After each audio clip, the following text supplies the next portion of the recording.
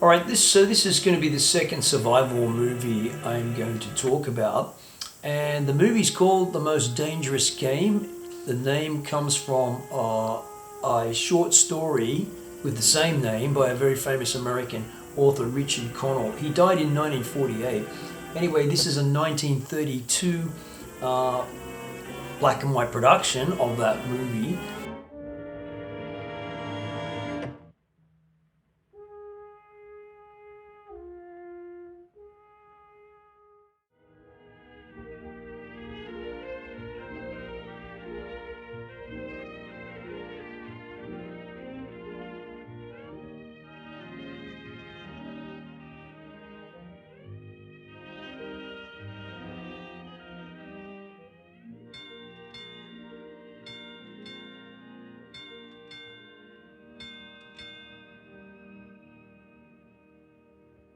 The captain, he's unsure of some channel markers he sees. They don't line up with the navigational maps, and he's a bit worried about it. Don't seem to be in just the right place. They're both a bit out of position, according to this. Two light buoys mean a safe channel between the world over. Safe between the world over doesn't go in these waters. Look here.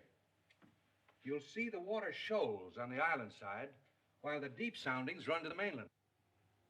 Have any of you seen The movie starts off where you see a yacht, in the interior of a yacht. There's a bunch of guys in there having drinks. You know, the conversation is just a general conversation. Ever since you gave him those orders yesterday to cut through these waters, he's had the jitters. There's something wrong. I'm getting nerves myself. It just looks expensive, and these guys look like a bunch of richos. No, I've got nerves too. Here you are, Doc. Just what you need. Well, maybe you're right. Good evening, Captain. Good evening, sir. May I speak with you? So the first mistake the captain makes, this particular captain, he consults with the owner of the boat, because the owner of the boat is one of these guys sitting in the room. And I don't think in reality that would really work. You know, if the captain can't make a judgment on that. And he goes to the owner to ask him, you know, what to do about it. So that seems unrealistic in my experience anyway. The owner, of course, says, don't worry about it, you know, just go on. Oh, Bob. Bob.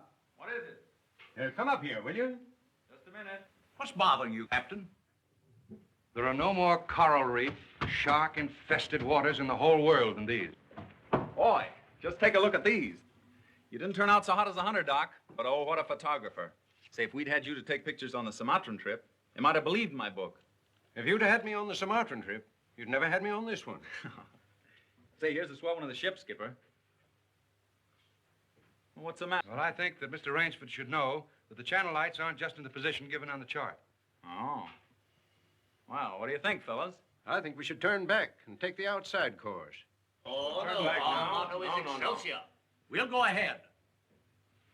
Very well, sir. It's your ship. Now, wait a minute, fellas. Let's talk this over. There's no use taking any chances. Chances? That's fine talk coming from a fellow who just got through slapping tigers in the face. Here, get an eyeful of this. And he talks about taking chances. Here's the Doc charging the enemy with an unloaded camera. Get the expression on Doc's face, Bill. Here, let me shuffle them. Wait a minute. Don't evade the issue. Yes, come and speak up. I asked you a question. Yes. You did? Oh, I forgot. No, you didn't. I asked you if there'd be as much sport in the... So, of course, that introduces them to this disaster which is about to happen. Listen here, you fellas. This world's divided into two kinds of people, the hunter and the hunted. Now, luckily, I'm a hunter. Nothing can ever change that.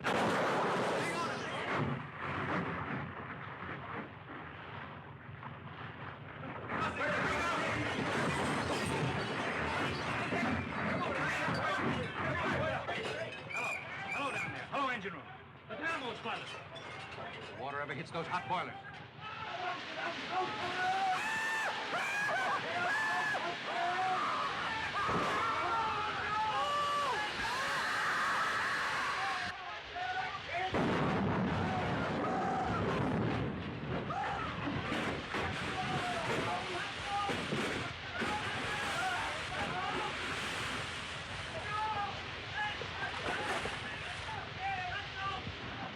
and then as they hit some rocks, and we see the boat sinks pretty quickly. So is this a realistic scenario, the boat sinking this quickly? And I would say yes, it is, because there was an explosion on board, and it probably really, not only did the rocks damage the hull severely enough, but the explosion would have really further damaged the hull. And the boat, it's not a really huge boat, it's a small steamer. Where are the others? See anybody? Nobody left but us two and that fella. Not many survivors left clinging to some wreckage. You see them there, and one by one they either drown from the surface or they get eaten by sharks. We're told earlier on it's a tropical region, so there's going to be these sharks there. Doesn't have to be the tropics, but our hero, who happens to be a hunter, he makes it for the shore of this island.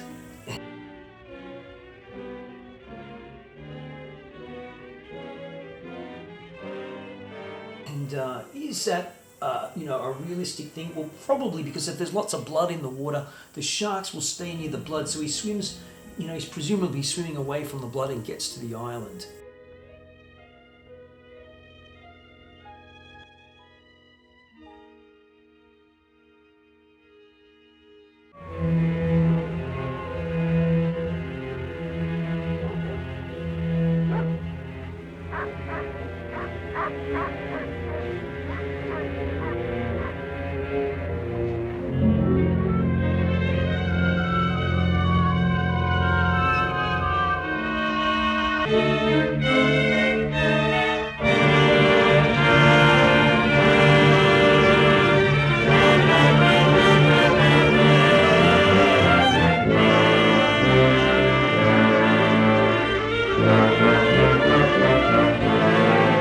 And eventually he finds this castle.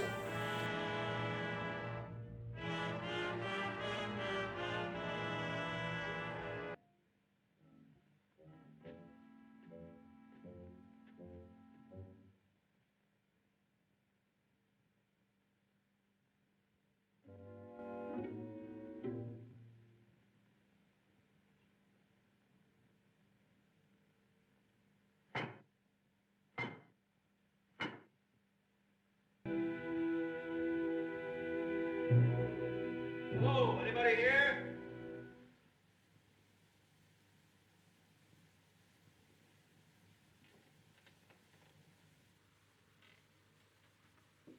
Anybody around, I say? Oh, hello. Is this your house? I'm not trying to break in, but I've been in a wreck. Our yacht just sunk with all hands. I got ashore and found your place here by accident. I'm not trying to intrude, but I'm in sort of a jam. Don't you understand any English? Ivan does not speak any language. He has the misfortune to be dumb. Oh, hello.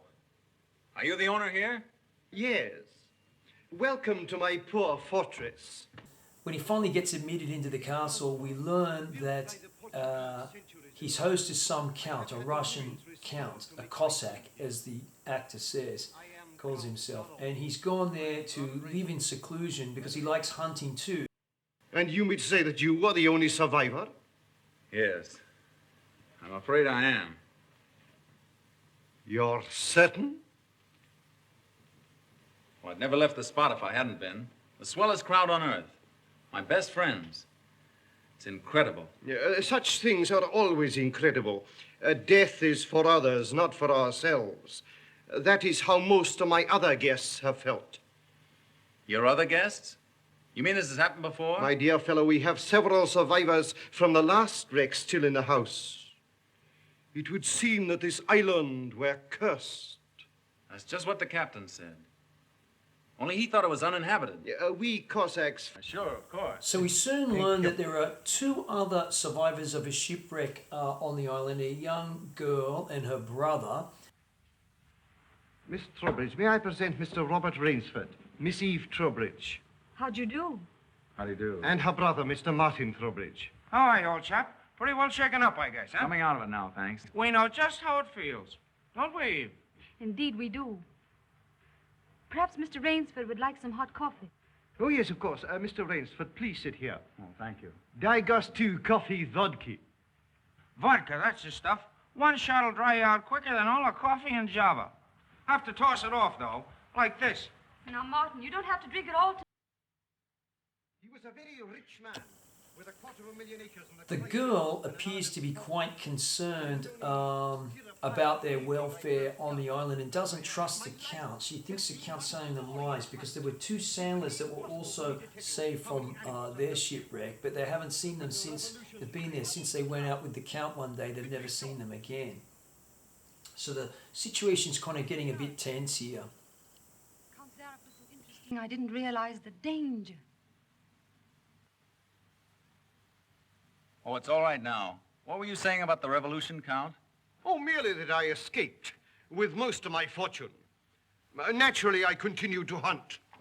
When I lost my love of hunting, I lost my love of life. Of love. Well, you seem to have stood it pretty well. I even tried to sink myself to the level of the savage. I made myself perfect in the use of the Tartar war bow. Tartar which?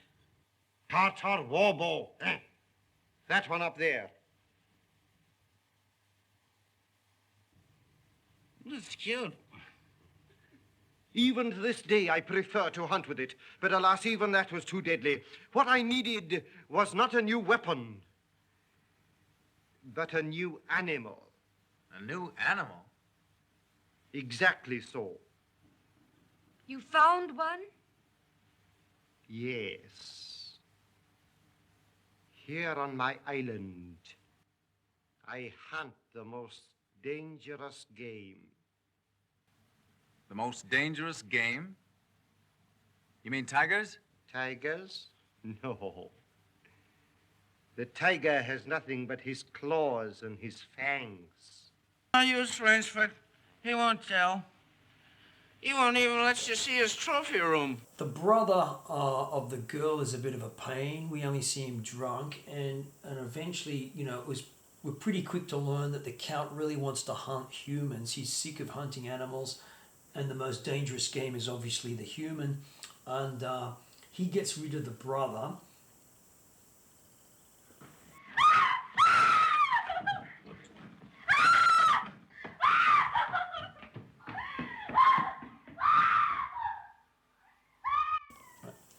So what happens, he says to Rainsford that, he's going to basically hunt him.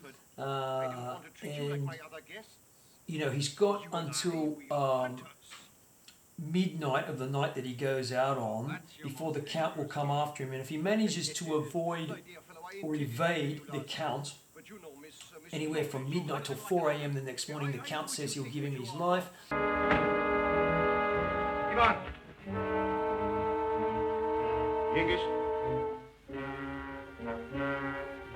So they actually give him a weapon, which to me is quite interesting because this looks like one of the original Bowie type knives. It's got a bird's beak type handle, and certainly the blade resembles some of the very early Bowie knives that came out. So he gives him this knife. There's no sheath or anything like that, just this big knife. Ivan, Oh, what are they going to do? his brain against mine, his woodcraft against mine. And the prize? The prize? You may recall what I said last evening. Only after the kill does man know the true ecstasy of love. Suppose you lose. If I do not, what shall I say, find you between midnight and sunrise tomorrow, freedom for both of you. I'm going with you. No. He'll kill you, too. Not at all. One does not kill a female animal. If you lose, I can easily recapture her alive. All right. I'll take her with me, then. We'll set him a trail he'll remember.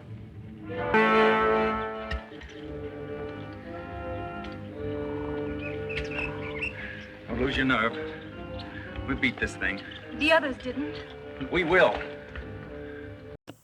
So in terms of survival, the first thing Rainsford says to the girl is not to lose your nerve. Whatever you do, don't lose your nerve. And I have to say that's a really important thing. The first thing that he says is one of the most important things. Don't lose your nerve.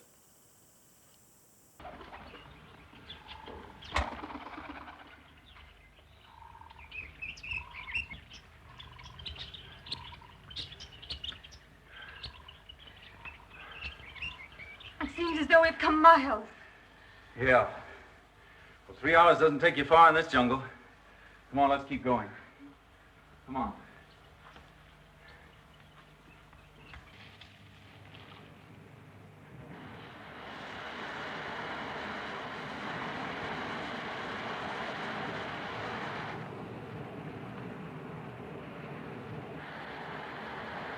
No wonder he was so sure. This island's no bigger than a deer park. Oh, Bob! Come on now. What are we going to do? We didn't each live through a shipwreck to let this crazy manhunter worry us. I shouldn't have come with you. You might beat him if you were alone. Alone? And leave you here with that savage? Now we've got to think of something to worry him. Oh, you'd never get near him. He'd shoot on sight. Weapons aren't everything in the jungle. Say, did you notice that leaning tree down there? The one we just passed? Yes. Come on, I want to show you something. So we learn that they've been trudging through the jungle for about 3 hours, and you do see their clothes are now, they were right with continuity and wardrobe. Their clothes now look rather tattered after 3 hours of basically bush bashing through the jungle. I have to say, for 1932, the set was really, really well done. It looked really realistic as a jungle set, that's for sure. So they've been going for 3 hours, and he's planning to make it to the coast to evade this guy. But then when he gets to when they actually get to the coast, he realizes the island is really small, and there's no way they can simply just evade this guy who will chase after them later on. There. Almost ready. This bracelet of yours makes a fine guide ring for my necktie. He'll have been on his way almost an hour now. Look out. Don't touch that trip line. You'll have a 2-ton tree down on your back. Jungle wood's as heavy as iron. Will it really work? I've never known a living thing to get by one yet. Look here. If you touch that trip line, you'll pull that trigger free. Once that's loose, there's nothing to keep the log from coming down. It'll crash down and kill anything underneath it. Look.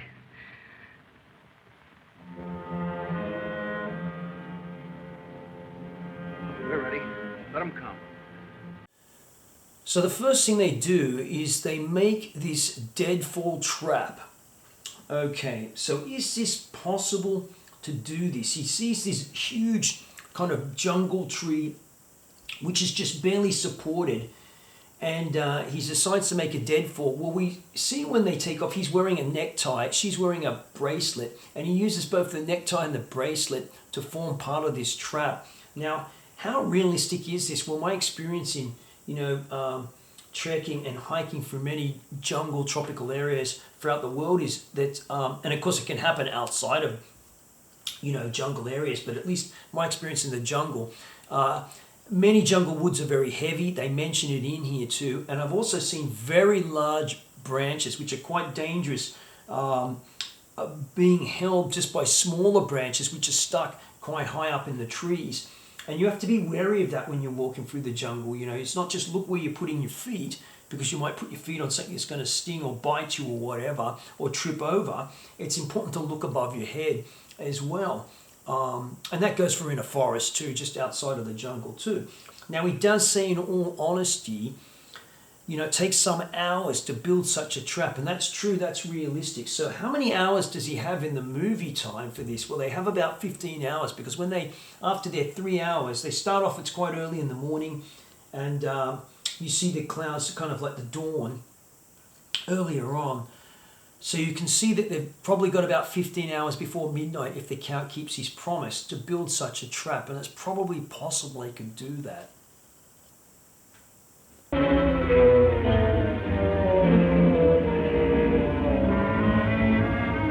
me that knife.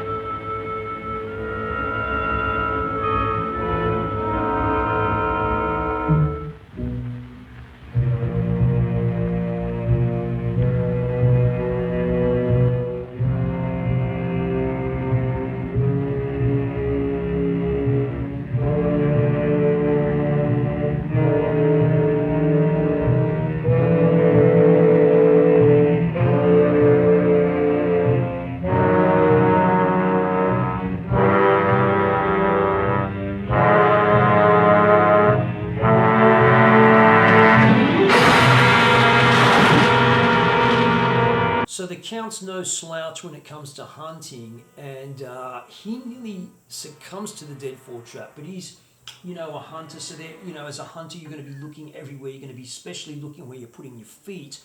For the sake of just not tripping over yourself if you're carrying a weapon. Come out, Rainsford. Why prolong it? I'll not bungle this shot. You'll never even feel it. Rainsford and the girl, as you can see, they hide in a cave. Now you might think, well, that's a pretty stupid thing because they might be trapped, they've got no lights, they can't go anywhere.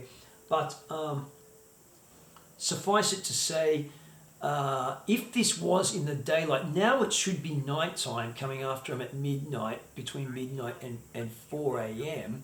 But it doesn't look midnight, of course, in the movie.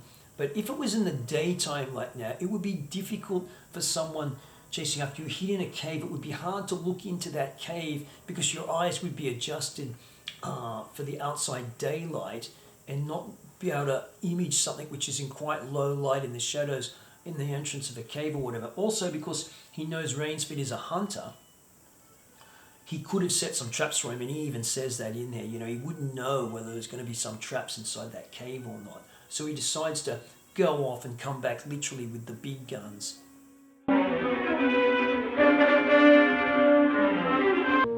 Why did he go? He's playing with us, like a cat with a mouse. What do you mean? You heard him say he'd hunt us as he'd hunt a leopard. It means he's gone for his high-powered rifle. His rifle. Oh, Bob, we must get away from him.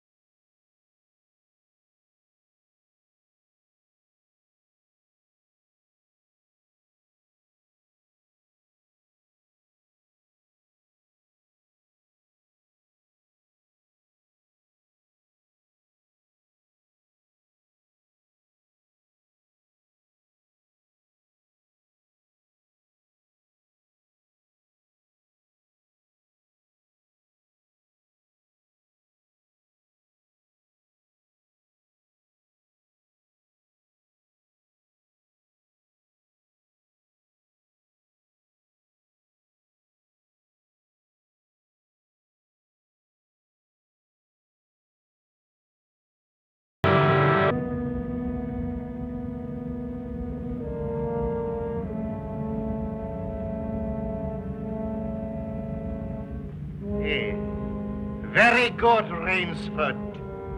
Very good. You have not won yet. Look at your watch.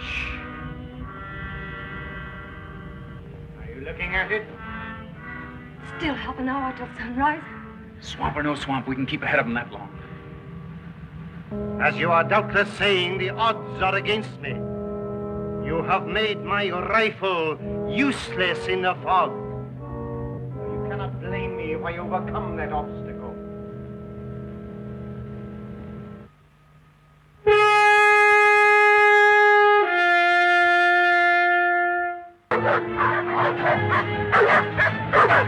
He comes back with both dogs and a rifle. Rainsford and the girl try to make some pitfall traps out of natural crevasses, and that's also a possibility to do that. However, probably in the, you might imagine that the character in the story of this count, he would know the island very well because he's already been hunting people on this island, previously shipwrecked people, and anyway, he does nearly fall into one of these crevasses, and I thought, was this realistic? Because he should know the island and these paths and all this stuff. Well, it is, because he was so hell-bent on killing this guy running with the rifle. He wasn't looking where he's putting his feet. And again, as I said before, this is a really important thing in a survival situation. Even if nobody is chasing after you, you should be looking where you're putting your feet, because you want to reduce any chance or probability of having further accidents or any kind of accidents if you are awaiting rescue, that's for sure, or just trying to survive.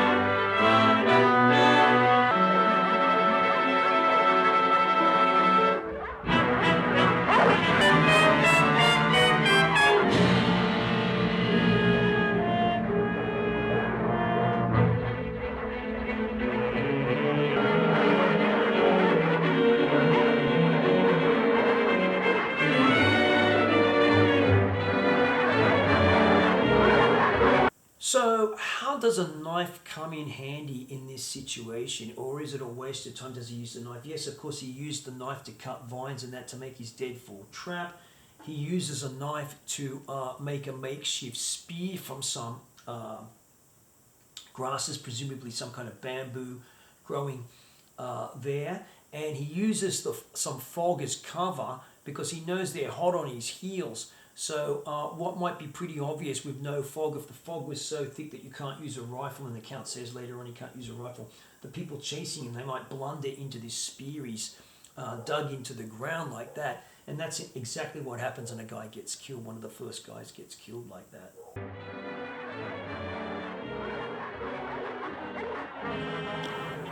So eventually they escape the dogs by climbing a tree, and the tree's leaning over onto a small cliff, and they get up to a higher level, and that's one way they can escape the dogs really quickly, because it will be really impossible to outrun the dogs. So they go to a higher ground, a cliff, which the dogs cannot easily negotiate whatsoever.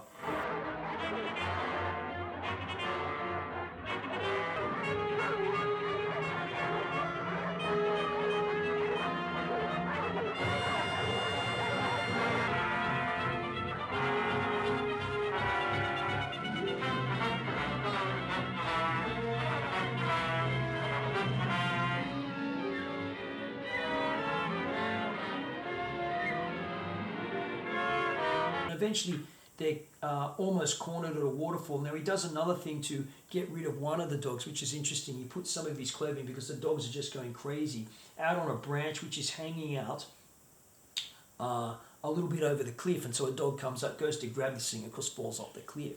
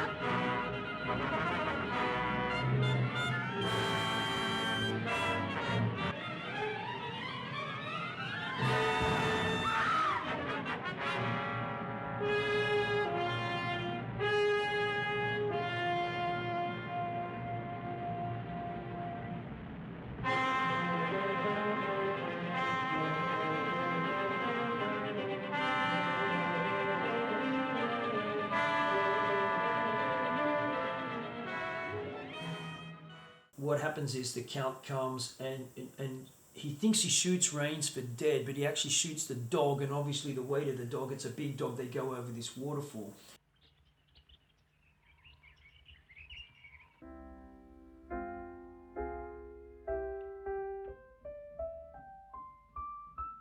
You know, the Count's just dropped his guard altogether.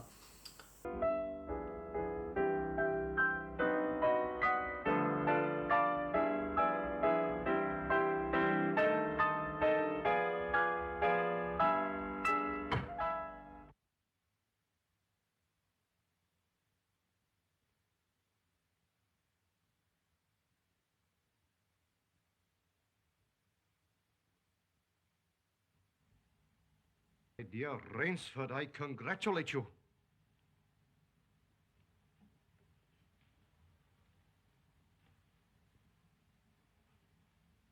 You have beaten me. Not yet. Oh, but of course I insist.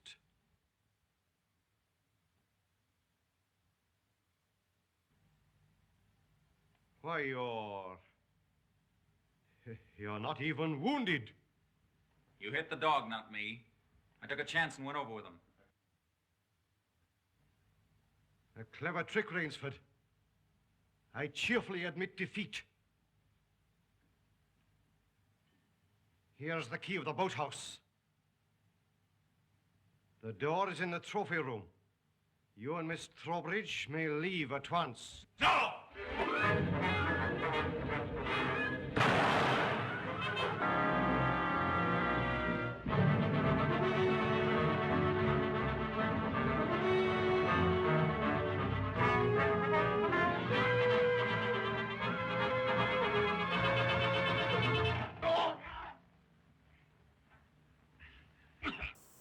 There's an arrow which is grabbed, and this is just a thing to show how deadly arrows are. I think in real life, you know, you can't just shell out of this for a minute. You know, hunting arrows are quite dangerous, you know, and you should obviously never fool with them. Yeah, so they get into this fight, and the Count is accidentally stabbed, or purposefully stabbed by Rainsford with this arrow, and basically that's his demise, and they escape.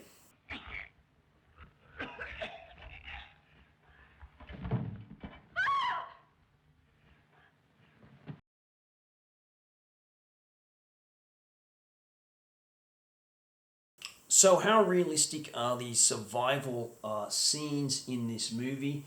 Well, I think, you know, when we're talking about making this big deadfall trap, it's a possibility. You know, you could do that with the hours that are given in the movie. You know, one could probably devise such a trap. They utilize everything that they have on them. You know, the bangle that she's wearing, his necktie, those sorts of things. He is given a knife to begin with. In this case, this sort of survival thing, the knife is pretty useful, having a largish knife with them. He would not have been able to do these things so easily without a knife, certainly not make the spear easily, all that kind of stuff.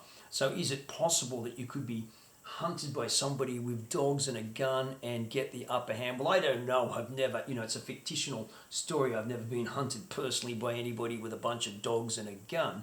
I don't think that would be a good thing. Of course, it depends on how good the hunter is. Here, the problem is in the terms of survival, also the Count's survival. If we look at his survival, he was foolish enough to make the assumption that his quarry was killed by falling off the waterfall. So I think really the key points to this film are somewhat similar to the last one I said, and that is the importance. He says right from the beginning, as I said, just to re-emphasize this, don't lose your nerve. Don't lose your nerve. Now, we're generally in a survival situation. It's about, finding water, shelter, food, whatever, being rescued. It's not about being chased down by a bunch of mad, crazy dogs with their mad, crazy owner and a rifle. But the thing that holds true between the both of them, and that is not to lose your nerve. That's really important. Not to lose your nerve. Stay confident. Because once you do that, that's the end of it. So then, anyway, that's the my summary of that. If you've never seen The Most Dangerous Game, I highly recommend you to watch this old black and white movie in full, and better still to read the book by Richard Connell. Okay, thanks for watching Bush Camping Tools here.